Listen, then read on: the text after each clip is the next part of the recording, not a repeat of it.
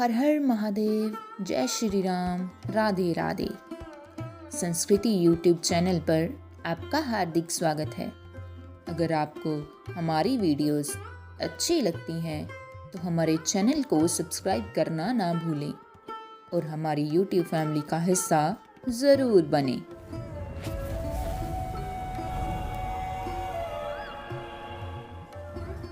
दोस्तों, आज हम पढ़ेंगे कार्तिक मास महात्म्य कथा का दूसरा अध्याय।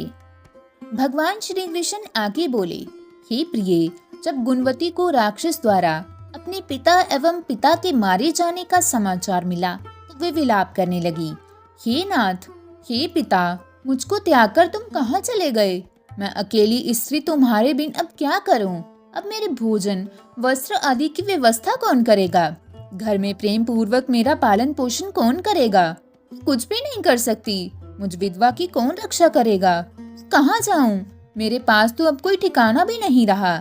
इस प्रकार विलाप करती हुई गुणवती चक्कर खाकर धरती पर गिर पड़ी और बेहोश हो गई।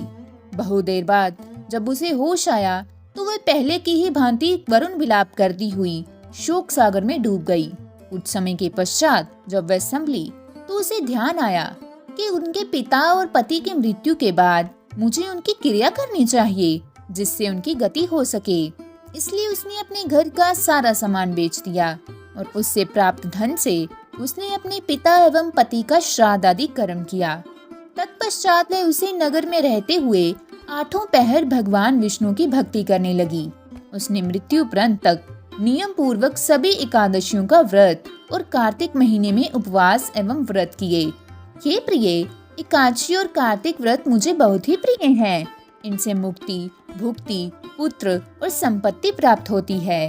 कार्तिक मास में जब तुला राशि पर सूर्य आता है तब ब्रह्म मुहूर्त में उठकर स्नान करने, वे व्रत व उपवास करने वाले मनुष्य मुझे बहुत प्रिय हैं, क्योंकि यदि उन्होंने पाप भी किए हों तो भी स्नान व व्रत के प्रभाव से उन्हें मोक्ष प्राप्त होता है। कार्तिक में स्नान, जागरण, दीपदान तथा तुलसी के पौधे की रक्षा करने वाले मनुष्य साक्षात भगवान विष्णु के समान हैं। कार्तिक मास में मंदिर में झाड़ू लगाने वाले, स्वास्तिक बनाने वाले तथा भगवान विष्णु की पूजा करने वाले मनुष्य जन्म मरण के चक्कर से छुटकारा पा जाते हैं। ये सुनकर गुणवती भी प्रतिवर्ष श्रद्धा पूर्वक कार्तिक का व्रत और भगवान विष्णु की पूजा करने लगी। हे प्रिय, एक बार उसे ज्वर हो गया और वे बहुत ही कमजोर हो गई। फिर भी वह किसी प्रकार गंगा स्नान के लिए चली गई। गंगा तक तो वह पहुंच गई, परंतु शीत के कारण वह बुरी तरह से कांप रही थी। इस कारण वह शिथिल हो गई।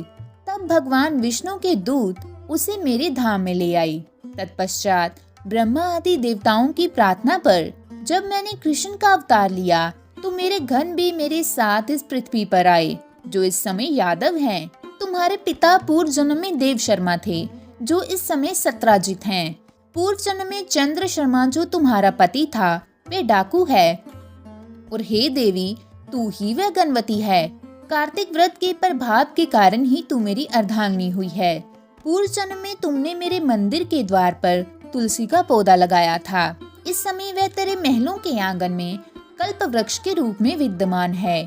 उस जन्म में जो तुमने दीपदान किया था, उसी कारण तुम्हारी देह इतनी सुंदर है और तुम्हारे घर में साक्षात लक्ष्मी देवी का वास है। चूँकि तुमने पूर्व जन्म में अपने सभी व्रतों का फल पति स्वरूप भगवान विष्णु को अर्पित किया था, उसी के प्रभाव से इस जन्म में तुम मेरी प्रिय पत्नी हुई हो। पूर्व जन्म में तुमने नियम पूर्वक जो कार्तिक मास का व्रत किया था, उसी के कारण मेरा और तुम्हारा कभी वियोग नहीं होगा।